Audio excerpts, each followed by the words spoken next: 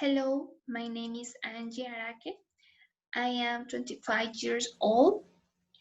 I am a preschool teacher and I have a beautiful family. I live in Piedecuesta, Santander with my husband and my daughter. Now I share my presentation of material design.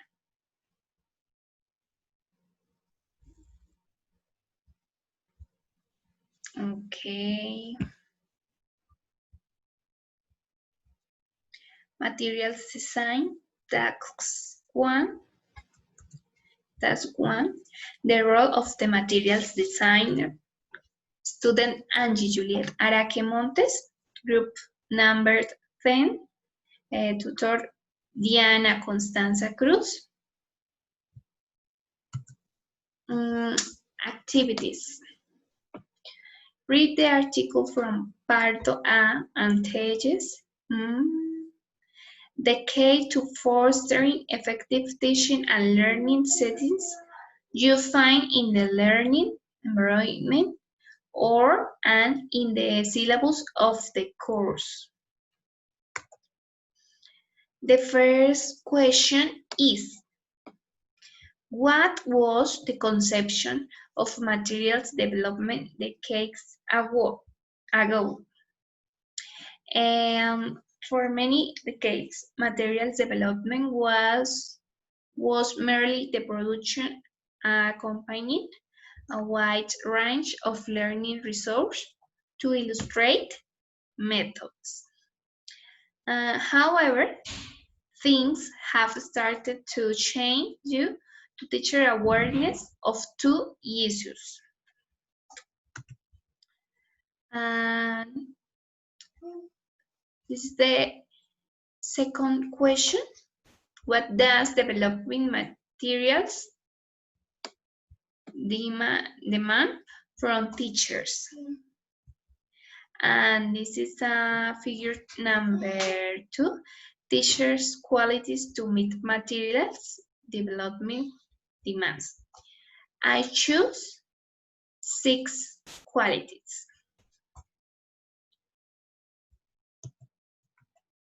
Okay. The first is we need reflective, resourceful, and receptive teachers who are focused on facilitating learning process, avoiding their frustration. The teacher is a guide, not an obstacle. The teacher must allow himself to be a channel of teaching and not of a problem.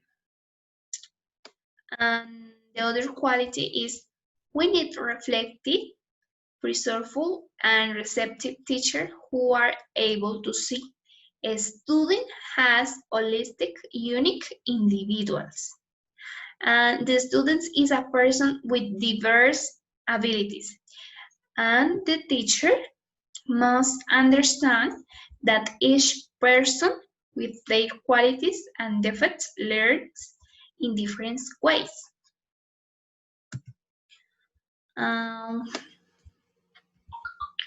Other quality is we need reflective, resourceful, and receptive teachers who are willing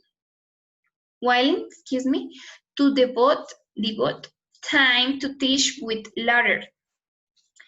It's a nice way to teach if the teacher allows and his students, and we still have an environment of trust and safety. It should be noted that there is a limit. It is not cheating.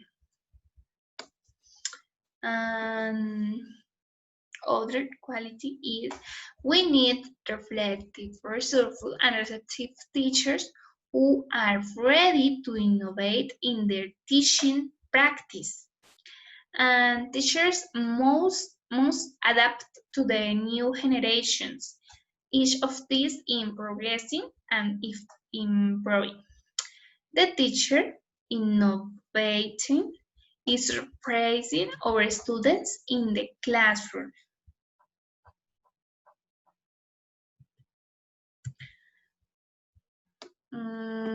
Okay, we need reflective, resourceful, and receptive teachers who are willing to take and make teaching decisions. This is due to the importance of having the character as a teacher to make decisions at specific times, decisions that contribute possibility to student learning. And finish, the sixth quality is we need reflective, resourceful, and receptive teachers who are less eager to single out what should not have been done. And we make mistakes all the time. We are the people. We don't need to be scolded or yelled at for them. We need to be corrected with patience and intelligence, managing to learn from mistakes. The other question is, what are the components of creating and adapting didactic learning materials? And this is a figure number 3. Putting materials development components together. And letter A, needs assessment. Letter B,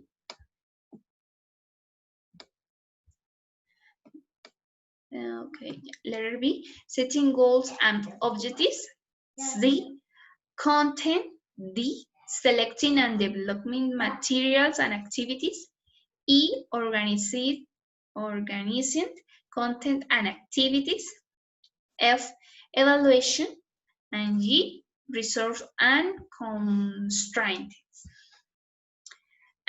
Needs assessment. It implies making informed academic decisions that will in turn enable teachers to envision alternative learning routes to meet different needs, teaching environments, and students' profiles. In other words, implementing the needs assessment process will allow for more meaningful, dynamic, challenging, enjoyable, and effective learning settings. And B, setting goals and objectives.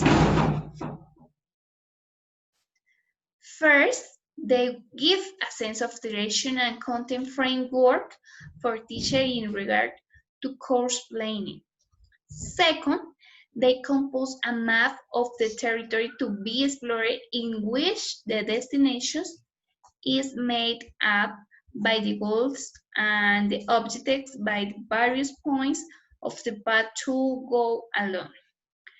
Third, they help teachers determine the appropriate content and activities for the course. And fourth, they help students to become aware of what they are doing in the course. This is letter C. Through history have taken place in teaching method and approach, language acquisition, insights, and educational milieux. They have to a great extent permit materials production starting with the structural view of language. Then moving forward to 4 skill-based language approach. Later to a more communicated use of the target language, and finally to development of cognitive, communicate, and contextual competencies. Letter D, selecting and developing materials and activities. An appropriate selection of activities will simultaneously allow teachers to make autonomous opportunity decisions that foster a harmonious and efficient development of their class and the attainment of student learning objectives. Letter E, organization of content and activities. In materials development, both content and activities could be structured in three distinct fashions, known as the building, the recycling, and the sequence and matrix approach. Letter F, evaluations. Letter G, resource and constraint.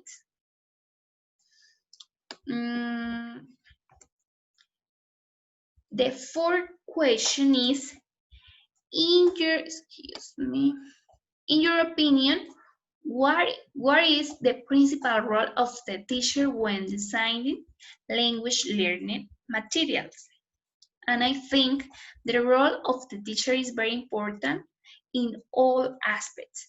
For the design of materials, it is who creates and from pencil and paper. Then practice takes place. In practice, he observes and he's looking at work to correct, change, or improve, always looking for the best for his students. And bibliography, the text of Pardo Tejes, the K2 fostering effective teaching and learning setting. And this is the link. Thanks. Bye-bye.